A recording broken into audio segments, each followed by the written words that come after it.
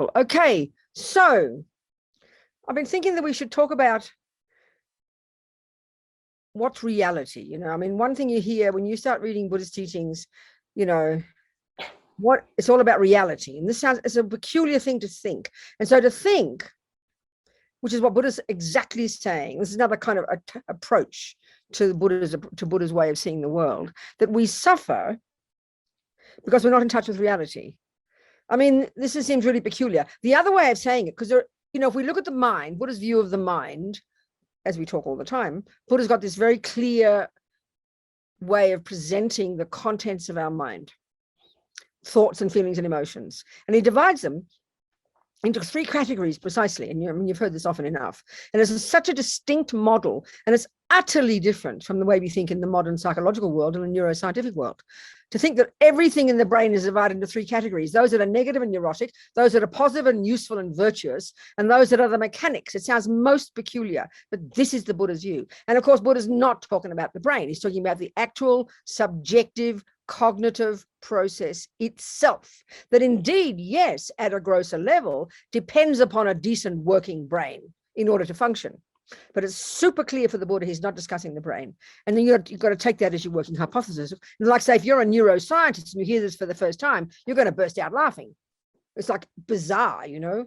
So anyway, the interesting point is there are two main characteristics of the negative, neurotic, ridiculous, unhappy, deluded, afflicted. There are so many synonyms, so many words you can use to refer to the unhappy states of mind.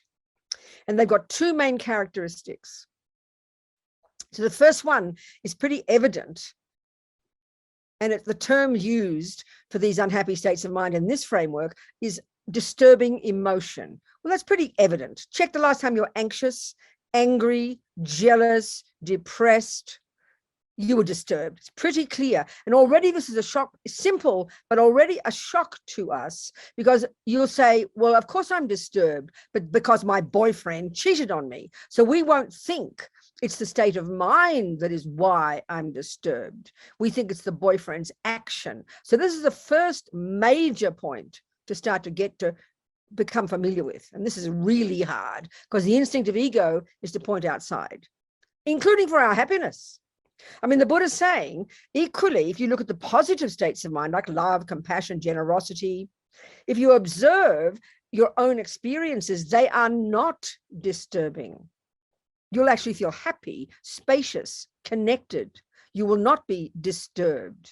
But again, we know that, but we will think, well, of course I'm happy. Look how kind my boyfriend is. So we blame our boyfriend or the outside world for both our suffering and our happiness. So this is the most powerful first level of practice when it comes to looking at the mind. But when we really start to become familiar with these states of mind, we're going to get to the root of the problem. And this is more difficult. What happened? Sentient being on my roof. Sounds like a two-legged one, not a four-legged one. Whatever. Okay, so this is more difficult, but this is really getting us to the nitty-gritty of Buddha's actual way of seeing the world, you know.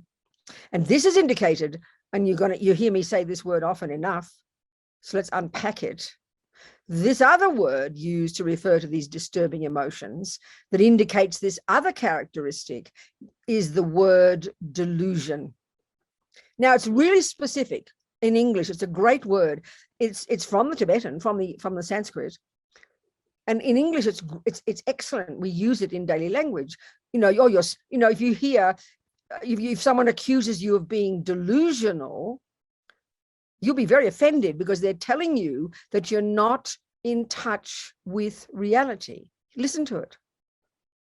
Now, this is exactly bullseye for the Buddha. What's interesting is in other languages, I've noticed in Italian, French, Spanish, I don't know, others, there might be the word there. We discovered this in Spanish. I always had these endless conversations with Venerable Paloma, who would translate for me, because the word they use in Spanish, for me, is a ridiculous word. It just sounds so peculiar, because the word delusion, it's in Spanish, but it's very arcane. They don't use it.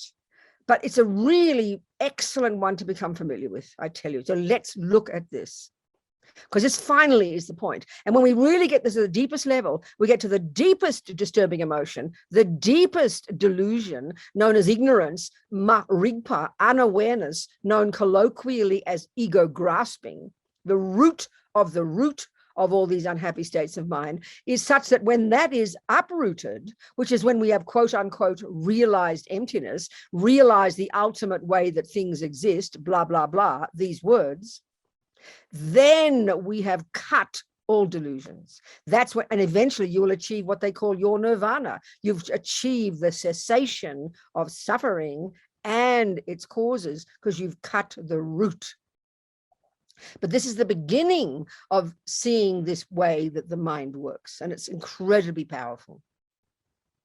So the disturbing one, that's the very first level. But remember, with the Buddhist teachings, like we talk all the time, before you get even anywhere near observing your mind, your first job, junior school, entry level, grade 1, is control the servants of your mind. Zip the lip and keep your hands to yourself. That's the first level of practice. And it's logical, because if we're completely out of control and check the world out, we're out of control. We can't even control our body and speech. Forget about your mind. So control your body and speech first, then because you've got some discipline, you now have the space to see the crazy mind, and to begin to distinguish between these neurotic, disturbing, deluded states of mind and the positive, valid, appropriate states of mind. Remember, the third category, I like to call them the mechanics of the mind. These are neither negative nor positive, and these are like the parts of our mind that make us function as proper ordinary people. Whether you're a murderer or a meditator, you need good concentration. You need good mindfulness. You need awareness. These are states of mind that are neither negative nor positive, but they're utterly necessary to function. They're like the third category. So the job is to train the mind, especially in concentration meditation, where you hone this concentration, attention, blah, blah, blah, in order to use those parts of your mind, the mechanics, in order to do the actual job of being a Buddhist, which is to distinguish between the neurotic ones and the valid ones. This is the job of being a Buddhist all the way to becoming a Buddha. That's the bottom line.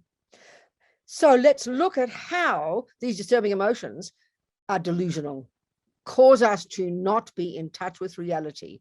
This is the point. Well, attachment's a good example. Attachment is a good example. It's so evident to us, but we don't join the dots, not in our psychological models, Attachment is this primordially deep, the main voice of this ego grasping, actually, primordially deep, totally normal. Everybody in the universe has got it, which is why we just think it's normal. Meaning you'd be abnormal if you didn't have it, but Buddha says you'd be liberated from suffering if you didn't have it, and that's the job. So let's look and see how it's a liar. Basically, if it's a delusion, it's a liar. It's a liar. It's a state of mind. It's got the emotional component, but when we look at the mind more deeply, and this is helping us see the delusional component, it's a concept. This is hard to see as well. When you see a person raging, angry, shouting, yelling, spit coming out of their mouth, eyes wide, irrational words pouring from their mouth, and you say that anger is a concept, you will laugh. What you see is a wild person, But what drives that physical energy, what drives that berserk speech, what drives that berserk behavior is the strong state of mind, the disturbing emotion called anger, which is the response when attachment doesn't get what it wants. And fundamentally, it's a conceptual story. And that's how you can look to see how they're delusional, they're liars. All of these emotions are rooted in big conceptual stories. So what's attachment's story?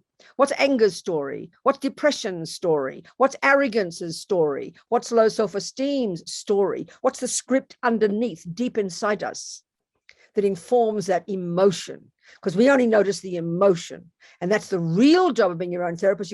You drill down and get beneath the emotion to begin to listen to the conceptual story. This is the job of being a Buddhist, I tell you.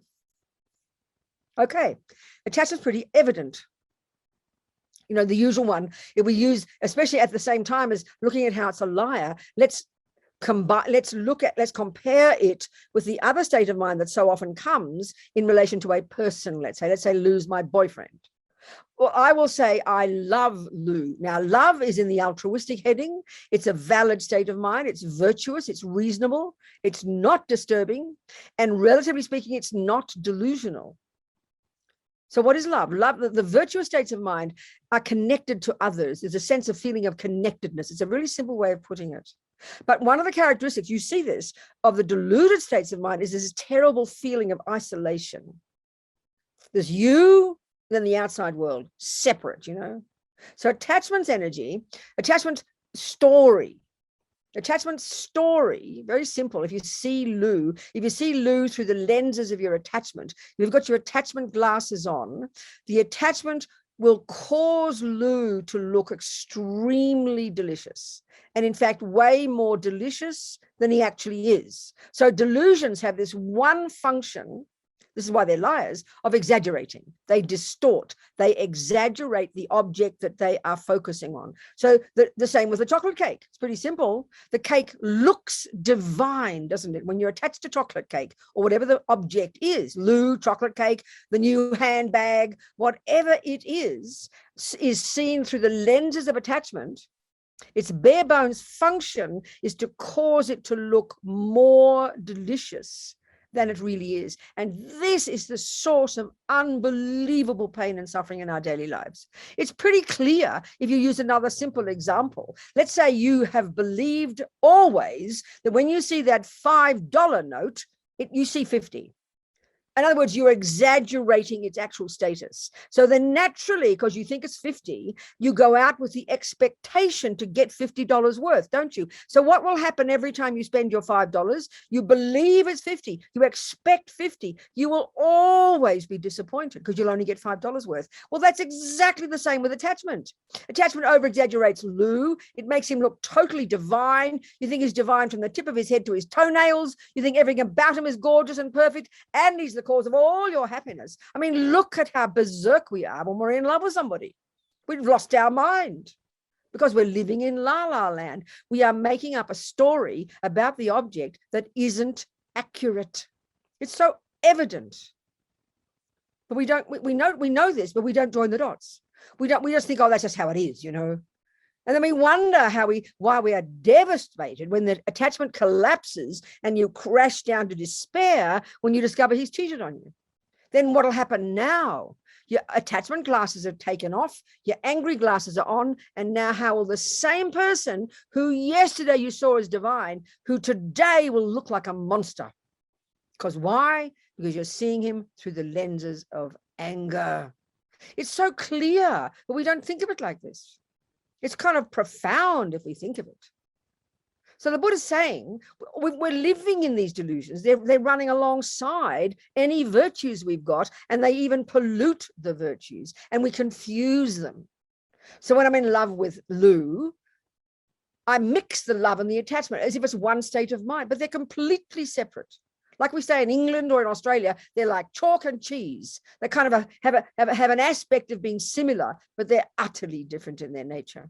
This is the Buddhist approach. And it's kind of a revelation when we can start to apply it in daily life. So basically in daily life, you put this into practice, you're learning every second to distinguish between facts and fiction. So you read about some politician you hate. This is the point. He might be awful. This is the point. Your anger towards that person, when you get rid of your anger for that person, it doesn't mean suddenly he turns into a saint. It's not as if the whole thing is a lie. Get this point. If I'm attached to Lou and I say he's so divine, he's so kind, he might be kind. That might be a fact, but attachment exaggerates even that. And then it also blinds you from his ordinary qualities, from his other qualities, from his faults. We don't see any faults when you have attachment for somebody. And then when it turns into anger, you see no virtues, you only see fault. So they exaggerate in that way as well.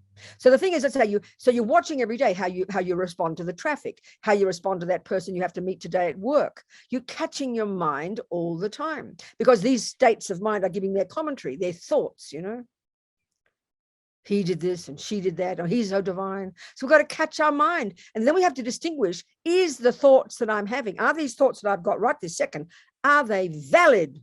Valid means not good or bad or naughty or not naughty. Valid means, is that $5 or is it 50? Get your facts straight, babies. This is what wisdom means in Buddhism. You get wisdom when you're in touch with reality at whatever level. So if $5 is $5, that's reality. It's conventional reality. You won't be disappointed. You'll get your $5 worth. But if you've got attachment for Lou or aversion for Lou, in both cases, you've got a fantasy picture based on one or two actions that he did. You've got this fantasy picture. So you're living in la la land. Yeah, and you'll always be bumping up into unreality. This is the reason we suffer, Buddha says. This is the reason that these disturbing emotions are even disturbing in the first place, because they're not in touch with reality. And the deeper the habit, the harder to see, obviously, the deeper the suffering. So it's a really tough job. Got to be on the alert every second, watching your mind like a hawk, and identifying what delusion is prevailing. So let's look at another pair. So for example, again, attachment is a delusion that's I-based. It's coming from this emotional hunger. It's needy. It's neurotic. It's frantic. It's grasping. It's possessive. It's manipulative. It's a dreadful state of mind. And then it's mixing with your love.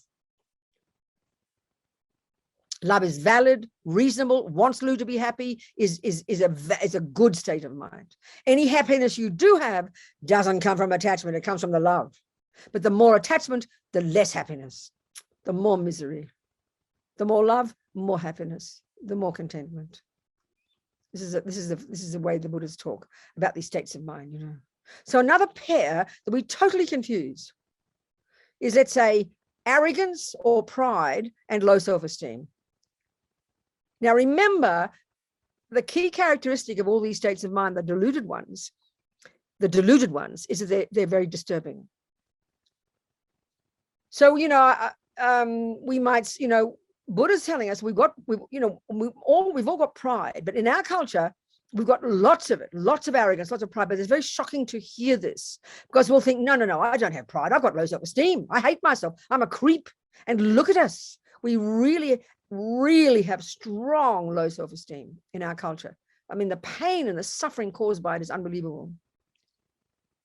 But listen to this, and it's very embarrassing almost.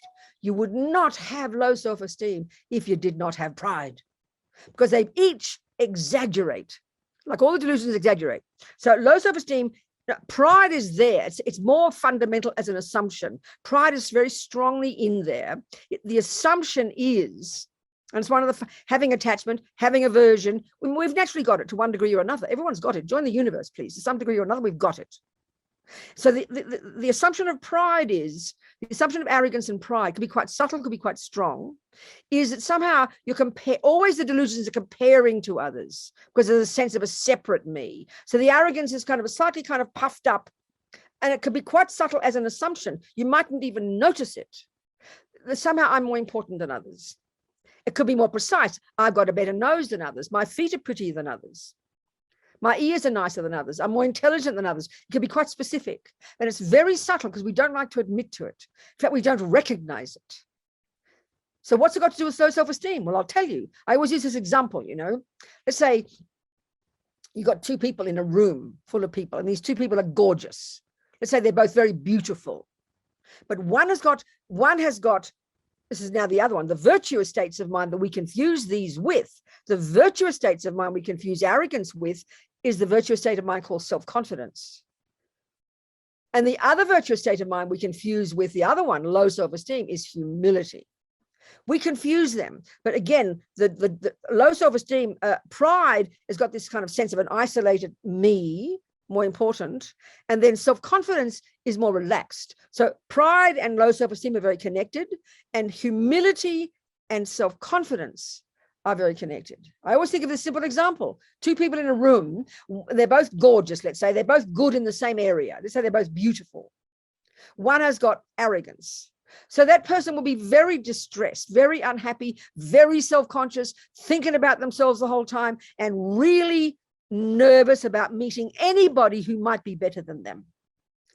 Now, the other person, equally beautiful, let's say, but is self-confident. She's relaxed and she has humility. That means she's content within herself. She's not self-conscious, and she's delighted to meet somebody who is better than her. She's delighted to rejoice because she's feeling confident and content in who she is. That's a characteristic of virtues.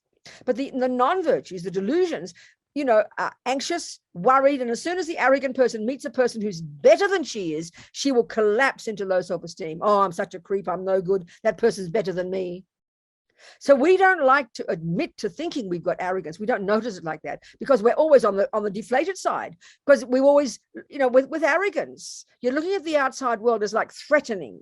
And look how we are with our low self-esteem. We think low self-esteem is like humility. It's completely different.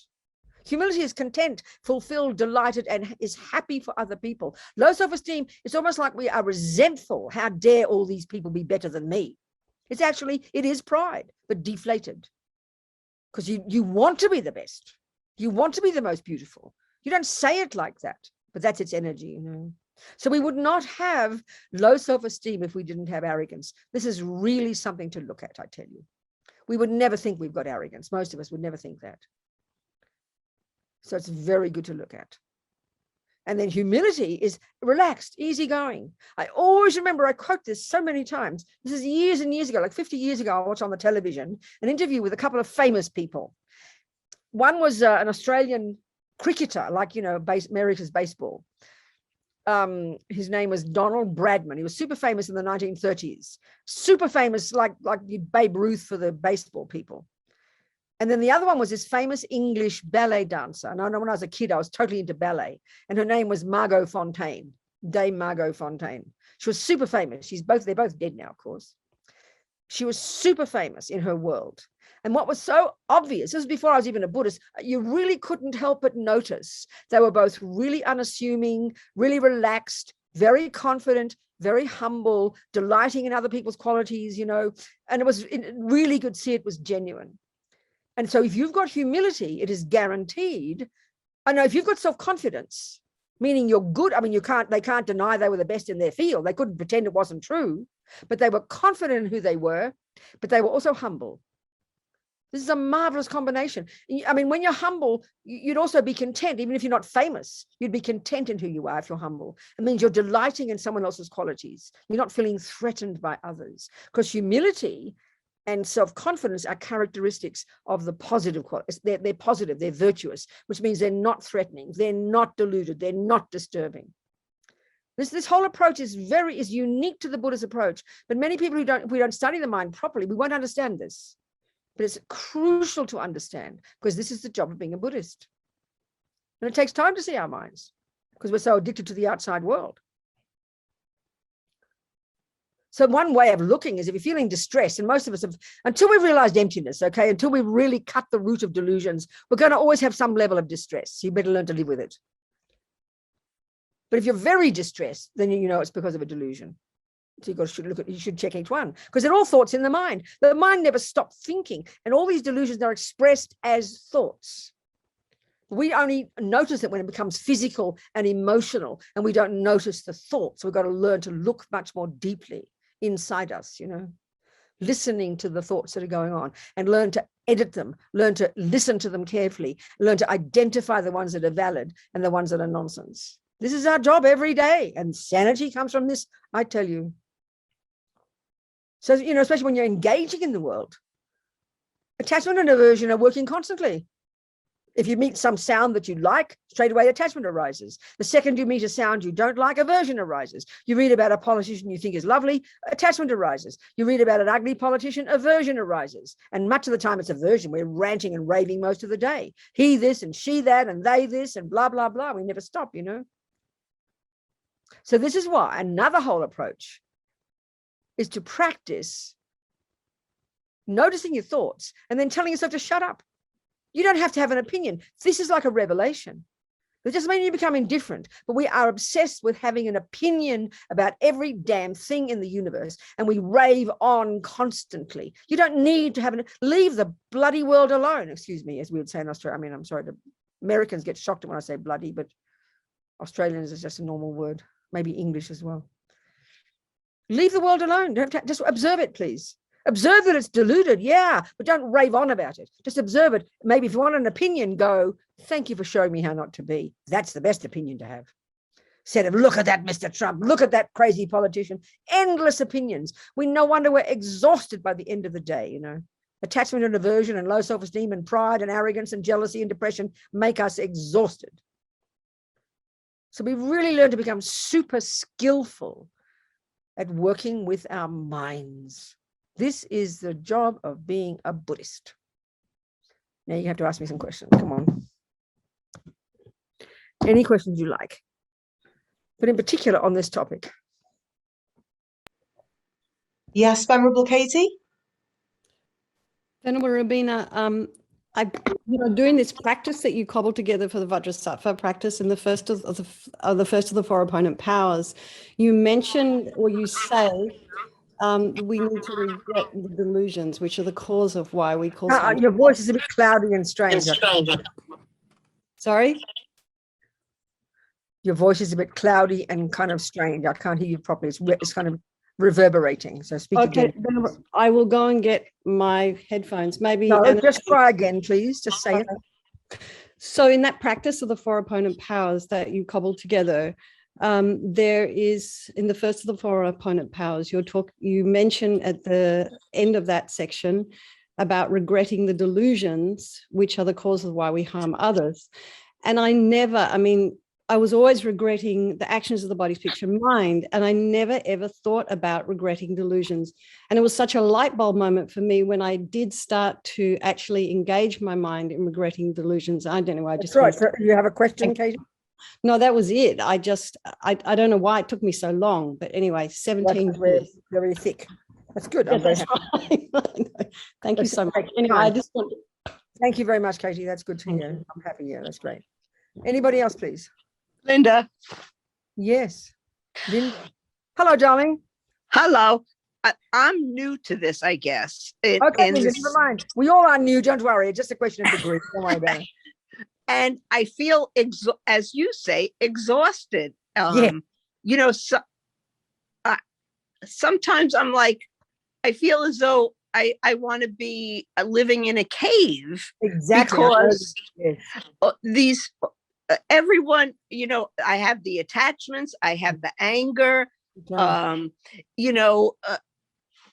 Recently, everything seems to stem from the deaths. Yes. The death that occurs, right.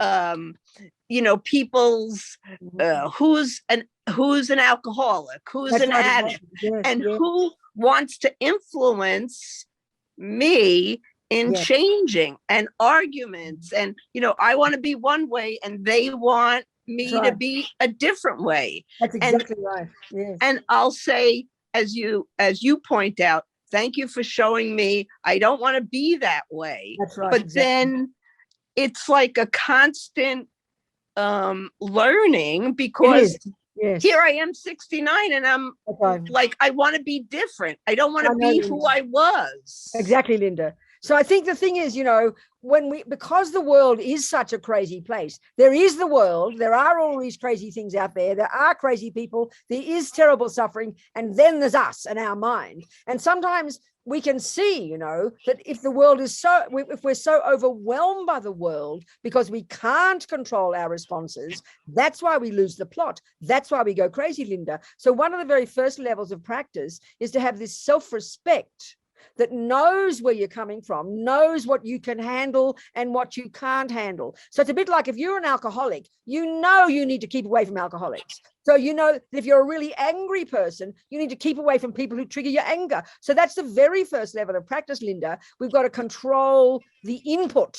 We've got to control the amount of iPad we read, the amount of people we contact. But that's difficult because attachment wants to be involved. You see, this is the trouble. Attachment's like this little vampire that wants to stick his nose in everything. And then we get the consequences, So it's good to see it. But the wise, self-respectful approach is protect yourself, Linda. Know the people who make you crazy. So have the courage to say, no, I'm not going for that. I'm not going for that lunch today. We've got to have that real self-respect, Linda. Then you can learn to give yourself space, then we can really work on our minds. Do you understand, Linda? Yes. And it's like all of a sudden you want to be alone. That's right. And so it's good. It's people in our culture, we think you're kind of depressed if you're on your own. We don't understand that it's a really crucial thing to do. That's why it's good to do a little retreat sometimes, even to take one day off, even be silent one day, Linda. That's like a revelation, you know. It's a really good thing to do. But it's coming from self-respect to give yourself the space to see what the hell is going on in this crazy mind of ours. But we've got to control the input because the world is crazy, Linda. We can't cope with it, you know. We've got to be careful. It's really important. Thank you. Thank you. Thank you, darling.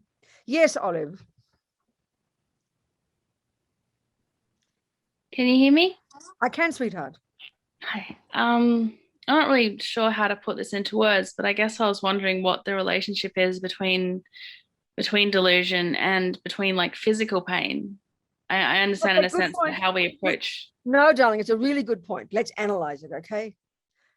It's exactly the same as Linda's point. There's our mind and then the stuff outside, isn't it? And there are crazy people. There are bad things happening. There are suffering things happening. That's a fact. Now, the same here, the body technically is also external to us. And that's a big surprise because in our culture, we identify this big lump is me. We don't even distinguish between body, speech, and mind. But this really powerful approach, the Buddhist approach has, that helps us first deal with the body level and the speech level, and then the mind. So then the fact is physical pain is a physical experience.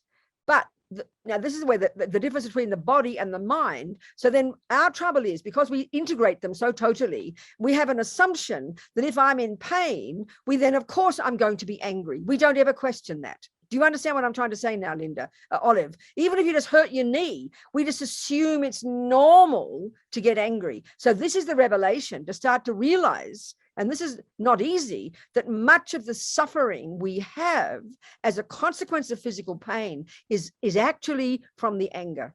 Because anger is so disturbing. It's how dare this happen to me? This is wrong. It shouldn't happen. Why me? Or just the distress. So we really need to be able to distinguish between the pain itself and then change the script in the mind about that pain. This is quite powerful. It's hard to do because we so normally think of them as the same thing.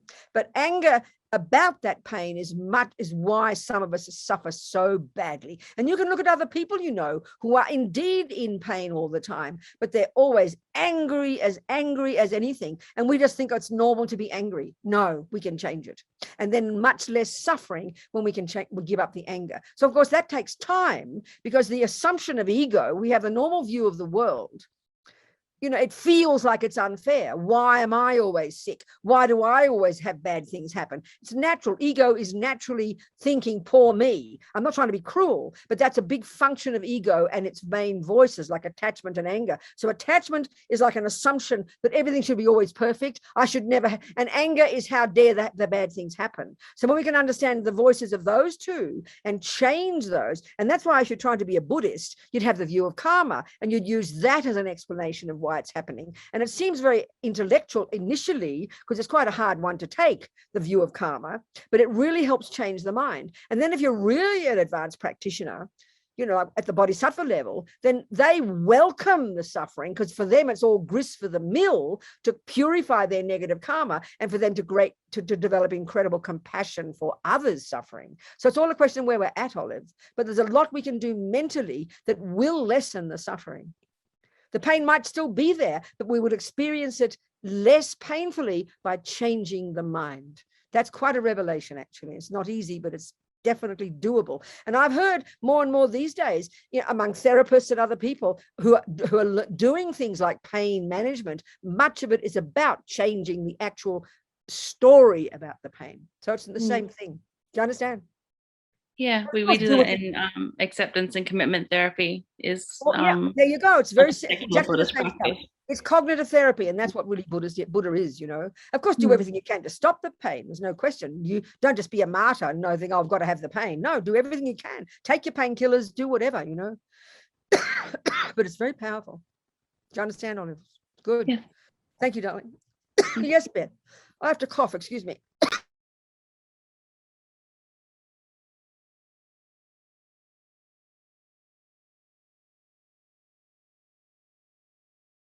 Yes, Beth, talk to me.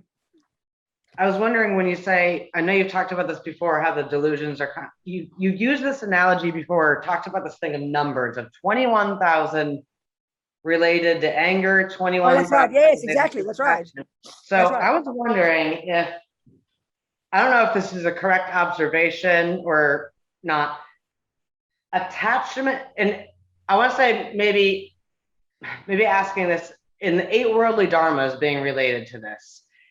Attachment, I've noticed, is more the self-cherishing, so it's just all about me.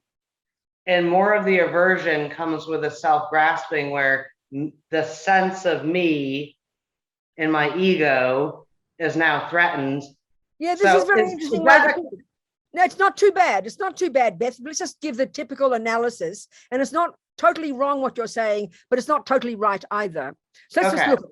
So we look at the fundamental presentation of these main delusions in the mind according to the Buddhist model. And we've got, as we know, we hear Buddha talk about the 3 poisons, the 3 toxic emotions that, as we just, you've implied, Buddha talks about 84,000. So as he says, 21,000 of all the other delusions are rooted in the root delusion called ignorance or ego grasping. 21,000 stem from attachment. 21,000 stem from aversion. And the other 21,000 stem from all 3. So these 3 are quite profound. I mean, they sound rather simplistic in modern psychology, but pretty profound in the Buddha's analysis. So ego grasping is the root delusion. It's known simply as ignorance, ma rigpa, and that is uprooted when we've quote unquote realized emptiness. That's the subtlest job we have to do. That means you've cut all sense of a separate me, you've cut all fears, you've cut the assumption of a separate deluded me. It's a really profound one. That's the first of the 3 root delusions. Now, effectively in daily life, as a result of that, attachment is the main one.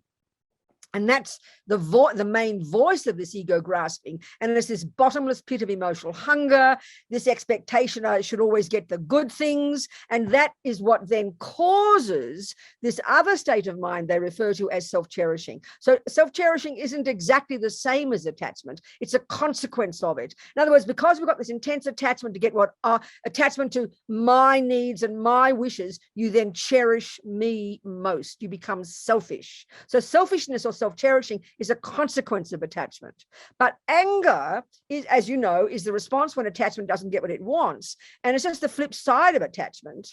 But they're both rooted in ego grasping. They're both rooted in ego grasping. And aversion is the response to when attachment doesn't get what it wants. So in other words, when you rid yourself of attachment, anger is gone. You can't possibly have anger. But if you rid yourself of anger, you now still got attachment. So the anger is a more gross level, and that's a symptom of attachment. So anger first, control your anger first. Don't kill, steal, rape, lie, you understand. Then you control attachment. Then you realize emptiness, and then you're rid of the lot.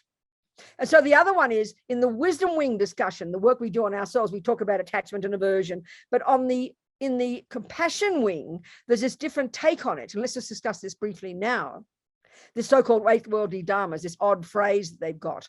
All that really is just another way of presenting attachment. So attachment is so pervasive.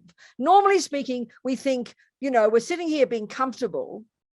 And when something uncomfortable happens, you get angry. That's attachment and aversion. But with this presentation of the 8 worldly dharmas, there's 4 pairs, and they're all the way attachment functions. So the way to describe it here is when, there's constant assumption that I'll only get the nice things, constant assumption I'll get the right taste, the right smell. And the second I don't get the right taste, attachment shifts its emphasis, and now attachment is trying to be free of the wrong thing. So attachment's there all the time. Attachment to get the nice thing, and then when the bad thing happens, attachment kicks in and now wants to be free of the ugly thing.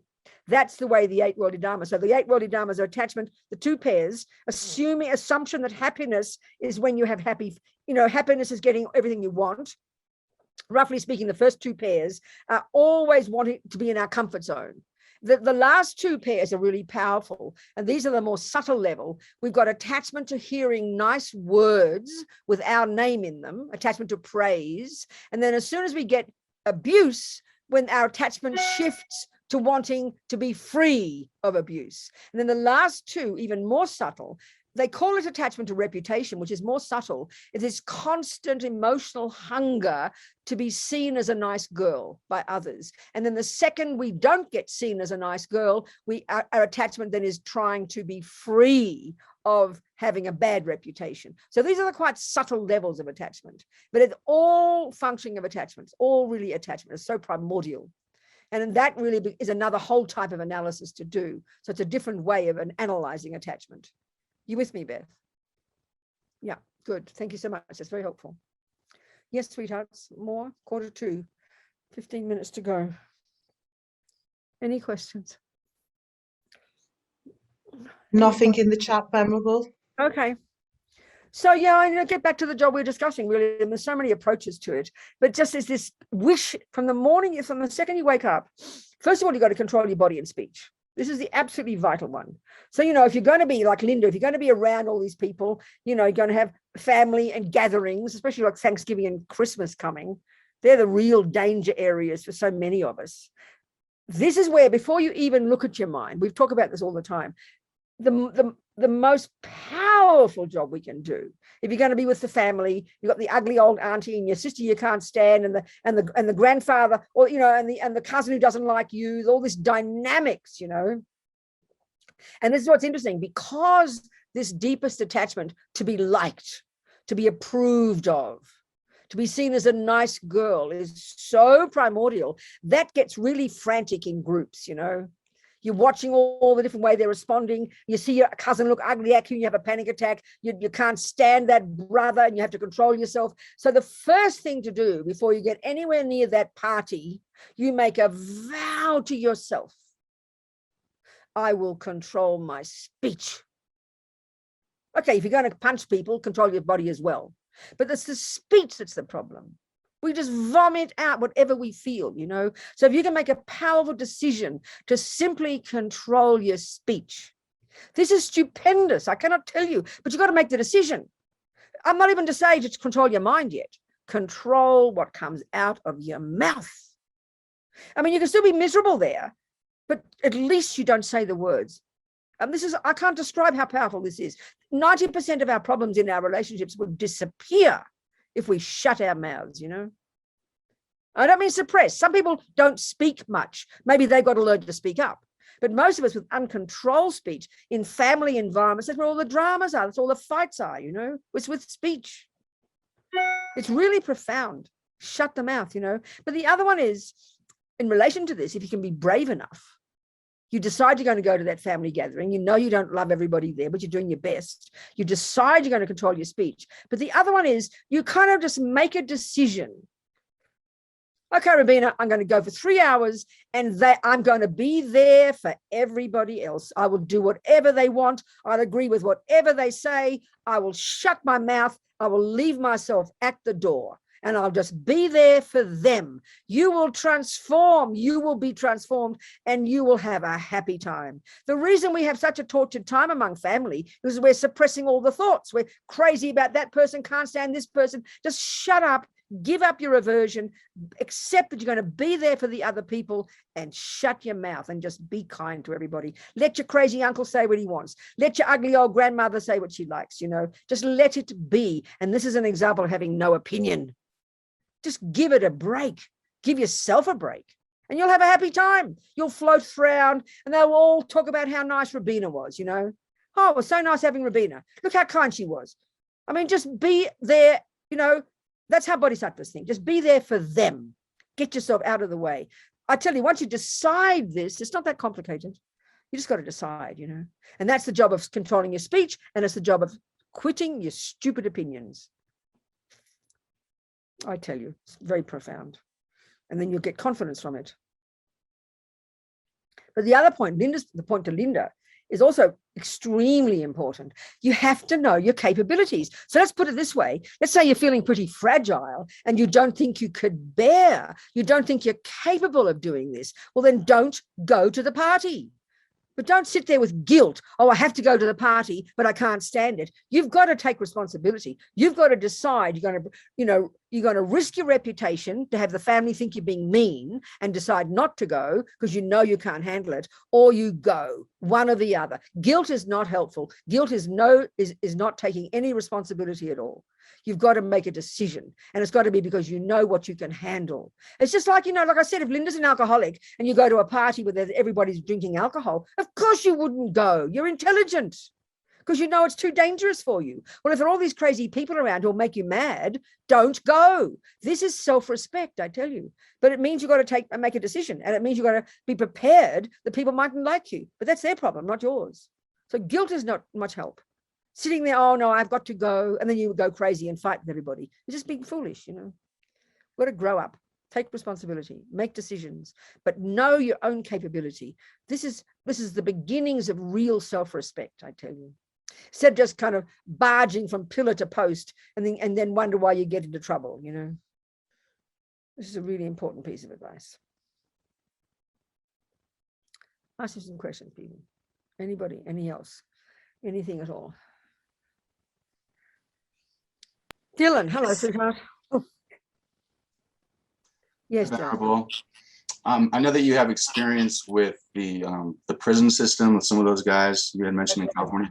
I feel like there's something that somebody like myself will make that decision, and I'll go and I'll be patient, and then all of a sudden there's something wrong with me, and it snaps, and the vow that I made to not do that just suddenly dissipates in a moment. That's right. That's right. What is that all about? Like, habit. I'm just not. It's only habit, Dylan. There's nothing, when you understand, certainly the Buddhist view, but without even thinking of the Buddhist view, we can see that we're very programmed. That's what habit means, isn't it? I mean, this is the biggest thing. This is the biggest danger. We're deeply, instinctively ingrained with certain habits, Dylan. So when you know that, that's when you start to be cautious. And you don't sort of freak out if you burst your mouth out.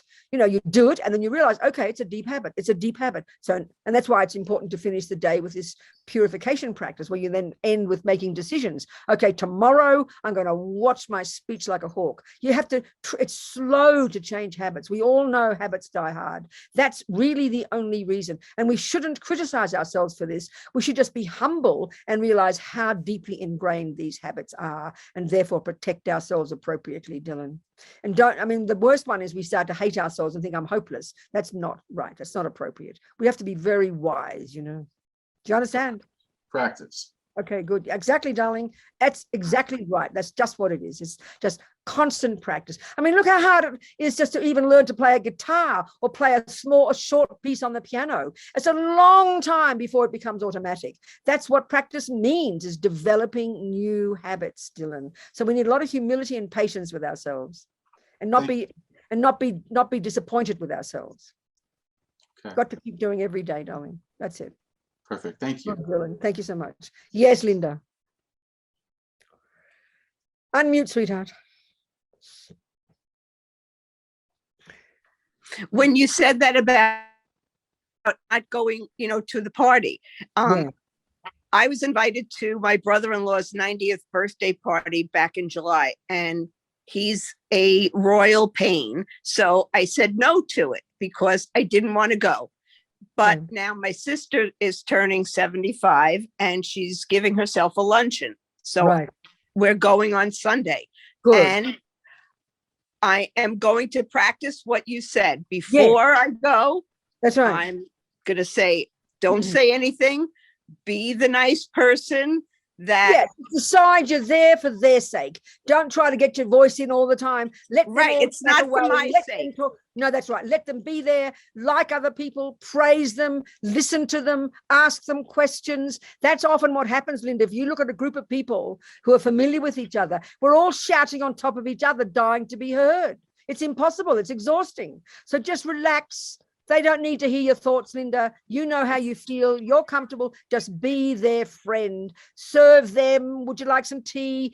Suddenly it'll be transformational because you're being kind to people and you've left yourself at home and you're just there for their sake. But decide it, Linda, and it's a miracle. It's not that difficult. I'm going to meditate on it before I go. That's right. And do it. And I did say that I was speaking to someone last week about wanting to make this shift with, Buddhism and practicing. And I said to her, it's like learning a language. That's I right. have to do this every day, you know, and I don't look at it like dreading it. It's just learning. Whatever I do, I listen to you, I read, and it's practicing. So thank you, Venerable. That's exactly right, darling. It's a total pleasure. You're on target, Linda. Keep moving, baby. Thank you, Venerable. Good. Okay. Thank you so much. Well, Petals, what else? A couple of minutes left. Barbara, Alona. Who else is there? Delia, talk to me. Hello. I'm wondering, what is a good book to get, a first book? Because I don't really know anything about Buddhism, but what would you suggest as a... Oh, sweetheart, there's so much published these days. Gosh, because it depends on the kind of person you are. Oh my goodness, so many, sweetheart. I might have to. I mean, it seems ridiculous. I've got to think about it. There's lots of there's lots of books. Okay, I'll tell you a website to go to. That's a website of the teachers, my teachers, and there's hundreds of teachings there. So you can just start to sort of read some of those, and especially Lama Yeshe. I think this website is called lamayeshe.com. Lama, LAMAYESHE.com. And it's the website of our two main teachers, Lama Zopa and Lama Yeshe. And Lama Yeshe in particular, there's hundreds of little free books of his that have gone out, and you can see some of them, and they're really just, I mean, he's my main teacher. So they're very talking like I'm talking, very down to earth, very clear, but always from the psychological point of view. They're very delicious. So I think start with something like that, read on a website, and then you might get books that from there, you might see a book that you like, and you follow your nose, you follow your heart from there, Delia. I would suggest that's a good start. And it's free. You don't have to spend any money, you know, just look at these. And Lama Yeshe, especially his teachings, they're very uplifting. He started meeting people like me and Westerners back in the 70s, you know, and he's just talked in a very down-to-earth, simple way, but it's always from this perspective of the mind, which is what's so delicious. I'd start there, Delia, and then follow your heart from there, baby. Do you understand? Thank you. Good. Yeah. Okay, good. Thank you. Who else, darling? Wisdom Energy. There you go. It's a good start. Beth is recommending one book, but you know, before you even get the book, it's called Wisdom Energy. Before even that, just go on the website and read some of his teachings, you know, on the website. It's you'll get the taste. You'll see what you like. Okay, people, what else, darlings? It's that's it, really. Everybody, what else? That's it, I think. I mean, I don't want to cheat you of 5 minutes, but 4 minutes now. I think we can finish now. It's enough food for thought. We've covered an awful lot. The bottom line is, first control your speech and your body, then you have the luxury of controlling your mind. And the other thing is, like, you know, Dylan's point, we've really got to be persevering, and Linda's point, it's just like learning a new language. You're learning a new script in your head. So this means you've got to be patient and humble with yourself. Our tendency is to beat ourselves up very quickly, and that's destroying everything. It's a disaster. We've got to be humble and know that these habits are very ancient. I mean, Buddha's view is, as you know, you didn't even start these habits in your mother's womb. You came into your mother's womb programmed from past lives. This is really powerful, just psychologically. So you've got to be very humble and very patient. And then the other one is be aware of where you're at and know what external conditions you can and can't handle. So if you can't handle that, so there's an interesting point, Linda, by the way, one extra point for Linda. Maybe your motivation's important. So maybe you didn't go to your 90-year-old, whoever it was, party because you just couldn't be bothered. It's better to think, I can't handle that. It's best, or there's not much benefit in doing that. Don't just do it out of aversion. And equally, you go to your sister's party because you want to be kind to your sister. So make your motivation pure. If you say no, do it for a good reason. If you say yes, do it for a good reason. In other words, don't just follow attachment and aversion. That's the usual old story. We don't want that. It's a really important point as well. Whatever you do, do it for the right reason, you know. So, darlings, that's it. A bit more advice. Keep practicing, keep moving. And really, the main advice to me always is never give up, never give up, never give up. And that's why I find it very powerful. And that's where Lama Yeshe was so encouraging, that he, Delia, this is important, Lama Yeshe, because the Buddha's view is we've all got this incredible potential. We've got the potential to be less neurotic, more kind, more compassionate, more wise. And that's encouraging because we usually identify with our rubbish. So Lama Yeshe had this real ability to plug into our optimism, to plug into our positive potential. It's important to remember this. So yes, we're full of rubbish. Yes, we've got guilt and misery and we open our mouths too much. But remember, it doesn't define you. Don't exaggerate your badness. I can't stress this one enough. This is one of our worst destructive things, this self-hate and low self-esteem we have. Don't over-exaggerate your own badness. Be accurate. See your mind for what it is, but delight in your virtues, delight in your good qualities. That's really powerful. Never forget that, you know. And that's why, let's say, Katie's point about purification at the end of the day, finish the day, not just by the fourth step of the purification practice. You vow not to kill, not to steal. You try to vow to watch your mind, but you also end with rejoicing in your good qualities, delighting in your good qualities. We very rarely do that. We love other people praising us, but we very rarely praise ourselves. And that's not arrogance. That's just practical. That lifts us, you know, and gives us courage. So at the end of the day, delight in your effort, that you didn't badmouth everybody, you know. It's really important to do that. So I'll finish on that point. Thank you, precious ones. Thank you very much, Anna, Mary, everybody. Thank you, darlings. Thank you. See you next time. Bye, Thank you. sweetheart.